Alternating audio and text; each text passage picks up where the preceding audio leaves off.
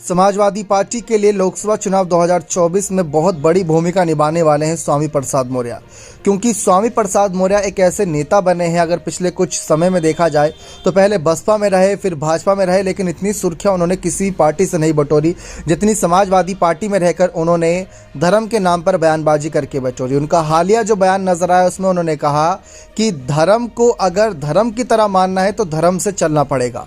जो अलग से रणनीतियाँ और अपने तिगड़म भिड़ाए जाते हैं वो सब धर्म में नहीं आते। तो स्वामी प्रसाद मौर्य अपने हित की बात करते हुए धर्म के हित की बात कर रही हैं, लेकिन कितनी जनता स्वीकारेगी कितनी नहीं ये तो आने वाला वक्त ही बताएगा। लेकिन अखिलेश यादव पूरा मान सम्मान स्वामी प्रसाद मौर्य को दे रहे हैं। विधानसभा चुनाव में हार के बाद उन्हें एमएलसी के लिए आय किया गया, फिर उसके बाद कहीं ना कहीं महासचिव पद देना, ये इशारा साफ मिल रहा है कि अखिलेश यादव स्वामी प्रसाद मौर्य पर पूरा भरोसा जता रहे हैं। लेकिन मायावती भी ये बात देख रही हैं, मायावती भी अच्छे से जानती हैं और स्वामी प्रसाद मौर्य खुद कई बार दबी जुबान में ये कह चुके कि मायावती जितनी बार ही मुख्यमंत्री बनी ना, वह स्वामी प्रसाद मौर्य के कहीं ना कहीं मेहनतों से बनी थी, क्योंकि स्वामी प्रसाद मौर्य ने ओबीसी नेता होने के नाते बड़ी भूमिका जनता के बीच निभाई। और सिर्फ आप दलित वोट पाकर ही उत्तर प्रदेश को नहीं जीत सकते, आपको हर एक समुदाय का वोट पाना भी जरूरी है। और यह इसी वजह से आज बसपा थोड़ी मुसीबतों में है कि मायावती के अलावा पार्टी में कोई और बड़ा चेहरा जल्दी नजर नहीं आता किसी बड़े मंच पर। पहले तो कई सारे चेहरे थे, उसमें स्वामी प्रसाद मौर्य भी मुख्य थे, लेकिन आज वही चेहरे अलग अलग पार्टी के नेता बने बैठे हैं।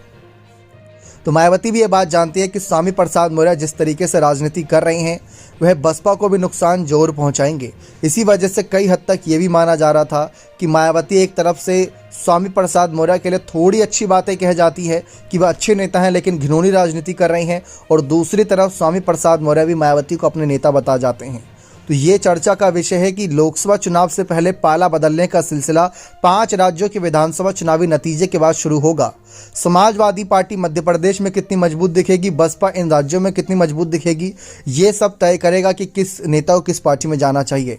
यानी जहां ज़्यादा जनाधार दिखेगा पार्टी के नेता वहीं जाते नजर आएंगे। और मायावती तो जानती ही हैं स्वामी प्रसाद मौर्य की काबिलियत, उनके अंदर जो काबिलियत थी, लेकिन परिवारवाद की वजह से स्वामी प्रसाद मौर्य के साथ थोड़ी बहुत अनबन कहीं ना कहीं उनको पार्टी से दूर करती नजर आई। आने वाले वक्त में देखना दिलचस्प रहेगा कि और कैसे हालात बनेंगे, क्योंकि स्वामी प्रसाद मौर्य बसपा के लिए बेहतरीन माने जा रहे थे, लेकिन अभी तक किसी और पार्टी के लिए उतने असरदार साबित नहीं हुए। जबकि देखा जाए तो जब बसपा में थे तो बसपा की 4 बार सरकार बनी, चाहे गठबंधन से बनी हो चाहे पूर्ण बहुमत से बनी हो। लेकिन फिर जब 2016 में साथ छोड़कर 17 में बीजेपी के साथ मिलकर चुनाव लड़े तो 17 में बीजेपी आ गई। अब समाजवादी पार्टी के साथ है तो देखते हैं सपाई किस्मत खुलती है नहीं। बने रहे चैनल के साथ, बहुत बहुत धन्यवाद।